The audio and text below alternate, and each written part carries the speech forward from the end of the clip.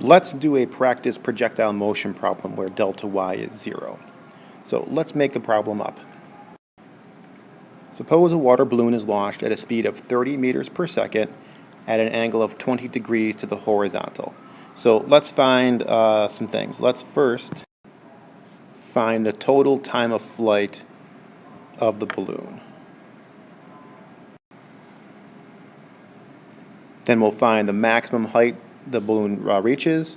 We'll find the horizontal range of the balloon, and then we'll find the final velocity of the balloon. But the very first thing we have to do before we do anything, this balloon is moving at 30 meters per second at 20 degrees. So 30 meters per second. There is your magnitude. 20 degrees to the horizontal is your direction. So we need to find Vx and Vy.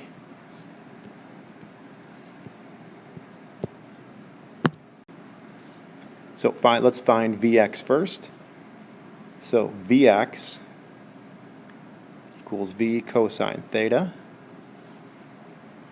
V is 30 meters per second. Cosine 20 degrees. Make sure you're in degree mode. Plug that in, you've got a speed or a velocity of 28.2 meters per second. Solving for the y component, Vy equals V sine theta, 30 meters per second times the sine of 20.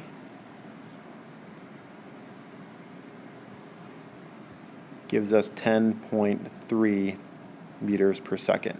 So once we do this,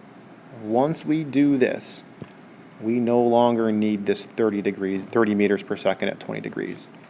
We are going to use only our x direction and our y direction, and that's it. So every question from here on in is either x or y. So let's take a look. The first one says find the total time of flight.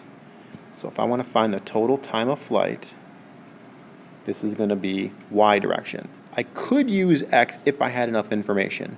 Unfortunately, I do not. So what do I know? I know, let me list all my variables. V initial and the y, put it here, y direction. V initial, V final, acceleration, time, and delta y.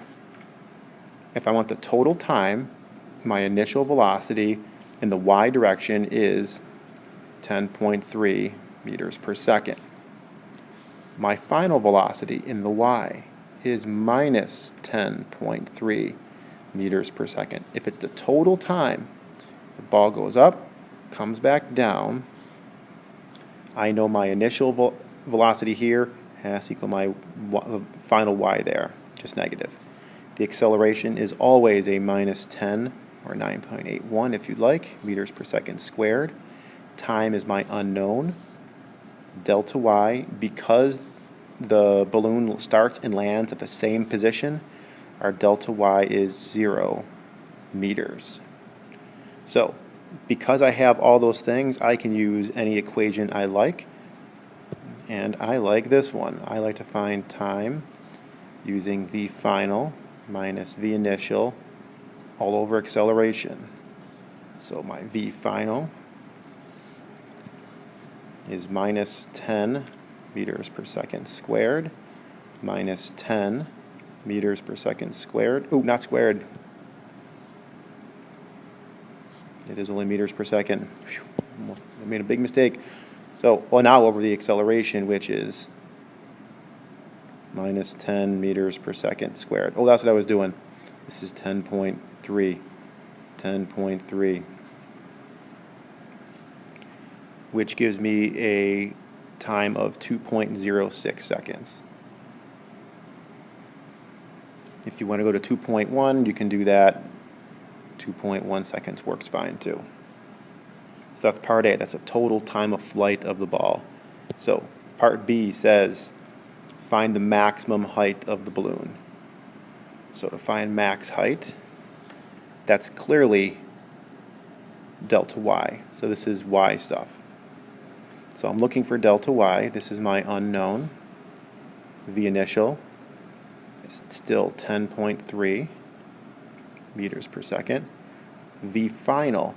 So V final is 0 in this case. And V final is 0 because at the top of the path, in the y direction, the ball stops. It does not stop in the x, but I don't care about that. I only care about the y. So it does stop in the y at that point. Acceleration is still a minus 10 meters per second squared. And time is half of 2.06, or half of 2.1. So I'm just going to treat it as absent because it's a calculated value, so I don't care about it. So delta y, so I've got Vf squared equals V naught squared plus 2a delta y. Vf squared is 0, so I got minus V naught squared all over 2a equals delta y. So minus 10.3 meters per second squared over 2 times minus 10 meters per second squared gives me a max height of 5.3 meters. So 5.3 meters off the ground is how far this thing gets. All right, what's next? Horizontal range. Ooh, that's my pointer. So we want horizontal range. So it's delta x. So part C says horizontal range. So I'm looking for delta x. So remember, in the x direction, because there is no acceleration, in x direction, because of that, I can use this. Delta x equals v times t. It's really my velocity in the x. So my velocity in the x, we said, was 28.2 meters per second.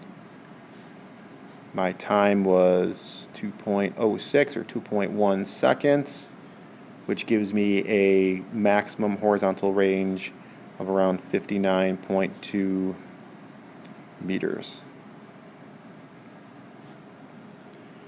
All right, lastly, I ask you to find the final velocity of the balloon. So the last one, part D, says final velocity. Find Vf. Remember, velocity is a vector. Velocity is a vector, which means it has a magnitude and direction. So let's go V initial. We know V initial is this, right? 30 meters per second. And we said it's got a horizontal component of 28.2 and a vertical component of 10.3. At the end, it's got a horizontal component of 28.2. It's got a final vertical component of 10.3. If these x's are the same,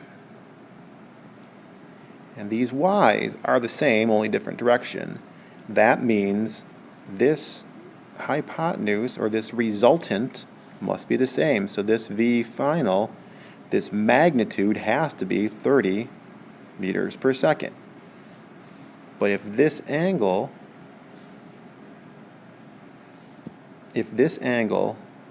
is 20 degrees, then this angle has to be 20 degrees. However, you notice it goes below the x-axis, so it's got to be minus 20 degrees. So I can say that the final velocity is 30 meters per second at minus 20 degrees. And that's it. Done.